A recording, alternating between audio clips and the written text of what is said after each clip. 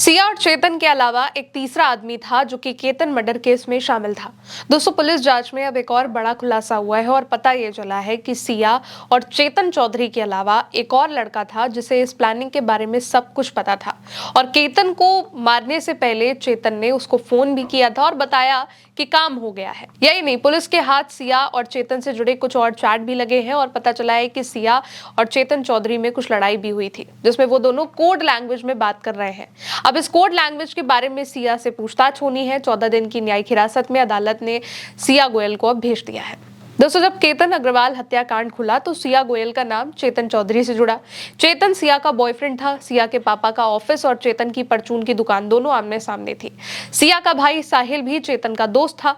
दोनों एक दूसरे को डेट कर रहे थे। सिया अमीर थी और चेतन मिडिल क्लास। फिर सिया की शादी करोड़पति केतन से हुई और यहीं पर प्लान बना कि केतन को मारा जाएगा। 2000 कॉल, 200 घंटे से ज्यादा की बातचीत पिछले 6 महीनों में सिया और चेतन चौधरी की हुई। लेकिन हत्या से पहले चेतन के एक और आदमी से बात हुई थी, यानी कि चेतन ने एक और आदमी को फोन किया था और वो चेतन का क्लासमेट है जिसे इस पूरी प्लानिंग के बारे में पता था। पुलिस को शक है कि इसका हाथ भी, यानी कि शख्स का हाथ भी जो कि चेतन चौधरी का क्लासमेट है, वो भी इसमें शामिल था। चेतन चौधरी के क्लासमेट को लोनावाला ग्रामीण पुलिस ने पूछताछ के लिए हिरासत में लिया। बीड़ जिले का रहने वाला ये लड़का फिलहाल पुणे के बालेवाड़ी स्थित एक निजी कंपनी में काम करता है। बताया यह जा रहा है कि उसे चेतन चौधरी और सह आरोपी यानी कि सिया गोयल के बीच केतन की हत्या की जो पूरी प्लानिंग थी उसकी जानकारी थी। दावा है कि चेतन और सिया ने इस युवक के साथ अपनी पूरी प्लानिंग शेयर करी थी और 18 जून को लोहगढ़ किले की ट्रैकिंग पर उसके साथ चलने के लिए भी कहा था। यानी कि सिया और चेतन ने चेतन के क्लासमेट से कहा था कि वो भी इस प्लानिंग का हिस्सा बने और वहां पर ट्रैकिंग पे चले जहां पर केतन को मारना है। हालांकि वो उनके साथ ट्रैक पर नहीं गया। जांच में ये भी सामने आया है कि कथित हत्या के बाद चेतन चौधरी सबसे पहले इसी दोस्त से मिला था। वहीं घटना के बाद सिया गोयल भी उसके कांटेक्ट में थी। सूत्रों के मुताबिक मई के आखिरी हफ्ते से ही ये जो लड़का था वो चेतन से डेली कांटेक्ट में था। पुणे ग्रामीण पुलिस ने अब उसे हिरासत में लेकर के पूछताछ शुरू कर दी है ताकि इस बात का पता लगाया जा सके कि उसे इस साजिश की कितनी जानकारी थी और इस मामले में उसकी कोई भूमिका थी, यानी कि वो इसमें कैसे शामिल था। ये भी दावा है कि इस लड़के ने चेतन और सिया दोनों को हत्या की योजना को अंजाम देने की सलाह नहीं दी थी, यानी कि इसने मना किया था कि ऐसा कोई भी प्लान मत करो जिसमें केतन को मारना पड़े। फिलहाल पुलिस इस दावे की भी जांच कर रही है कि ये जो लड़का जो कि चेतन चौधरी का क्लासमेट बताया जा रहा है, जिसको केतन अग्रवाल हत्याकांड के बारे में सब कुछ पता था, जो कि सिया से कांटेक्ट में था और अपने दोस्त चेतन से भी कांटेक्ट में था, उसका इस केस में कितना पार्टिसिपेशन है, वो वहां पर ट्रैक पर क्यों नहीं गया, उसकी क्या बातचीत हुई थी, इसके लिए पुलिस पूछताछ कर रही है।